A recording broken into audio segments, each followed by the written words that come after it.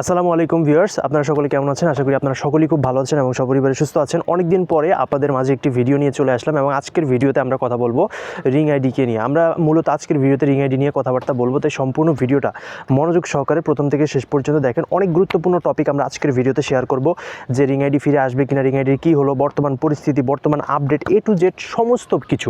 তাই কোনো রকম টানা হেঁচড়া না করে ভিডিওতে একটি লাইক দিয়ে ভিডিওর বাকি অংশটা একটু কাইন্ডলি কন্টিনিউ করেন। তো ভিডিওর মূল টপিকে আমরা চলে যাচ্ছি, মূল কথাটা শুরু করতে যাচ্ছি। দেখেন, রিং আইডি বাংলাদেশে এসেছিল, অনেকে অনেক টাকা ইনকাম করেছে, অনেকে লস খেয়েছে, অনেক কিছু হয়েছে, ঠিক আছে। রিং আইডির পরিচালক গ্রেপ্তার হয়েছে, রিং আইডি বাদ হয়ে গেছে, কিন্তু রিং আইডির যে টাকাগুলো 214 কোটি টাকা, এটা কিন্তু সম্পূর্ণটাই বাংলাদেশ সরকারের কাছে রয়েছে। অর্থাৎ এই যে এই টাকাটা, এটা সম্পূর্ণটাই কিন্তু বাংলাদেশেই রয়েছে, এটা বিদেশে পাচার হয় নাই বা বাইরে কোথাও যায়নি, এটা সম্পূর্ণ কিন্তু বাংলাদেশেই রয়ে গেছে।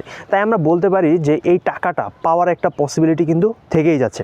এখন অনেকেই বলেন যে ভাই এটার আশা ছেড়ে দিয়েছি, বা এটা টাকা কি আদৌ পাওয়া সম্ভব কিনা। হ্যাঁ, এটা আমার নিজেরও কিন্তু পার্সোনালি আমার নিজেরও কিন্তু লস হয়েছে। তো এটা কিন্তু ভাবাটা যুক্তিগত, এবং এটা কিন্তু ভাবাটাও কিন্তু অনেক যুক্তি সম্পন্ন।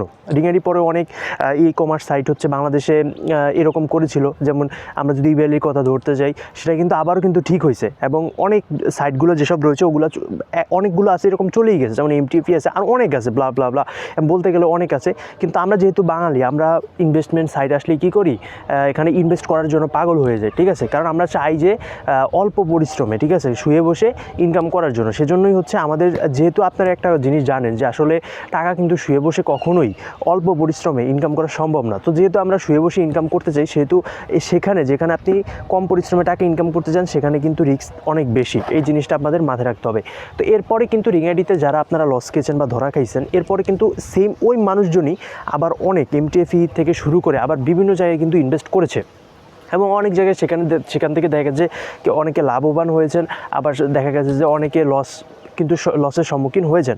তো এটার একটা জিনিস হচ্ছে, মূল কথাটা হচ্ছে এই জায়গায় যে আপনি ইনভেস্ট করেন, সেখানে সমস্যা নেই। আমি নিজেও পার্সোনালি কিন্তু ইনভেস্ট করি। তো আপনার ইনভেস্টটা করতে হবে একটু দেখে শুনে বুঝে, যে কোন কোম্পানিটাতে ইনভেস্ট করাটা যুক্তিগত, বা এখন এই পরিস্থিতিতে কোন কোম্পানিটা একটু লং টার্মে, ধরেন 4 মাস 6 মাস থাকার সম্ভাবনা রয়েছে। এই বিষয়বস্তুগুলা বুঝে বা এই জিনিসগুলো একটু বুঝে শুনে তারপর আপনাকে ইনভেস্টের দিকে আগাতে হবে। তাহলে কিন্তু আপনি খুব ভালো একটা পর্যায়ে গিয়ে দাঁড়াবেন, বা একটা খুব ভালো পরিমাণ একটা জায়গায় গিয়ে দাঁড়াবেন। তো আশা করি আপনারা সমস্ত বিষয়গুলো বুঝতে পারছেন। যারা সম্পূর্ণ ভিডিওটি দেখেছেন তাদেরকে অসংখ্য ধন্যবাদ। পরবর্তীতে আর রিং আইডি নিয়ে আরও ভিডিও বানাবো, আরও আমরা এটা নিয়ে আলোড়ন সৃষ্টি করার চেষ্টা করব, সচেতন জাগার চেষ্টা করবো। আমি চাই আপনারা আপনাদের টাকাগুলো ফেরত। সকলকে অসংখ্য ধন্যবাদ। আল্লাহ হাফেজ।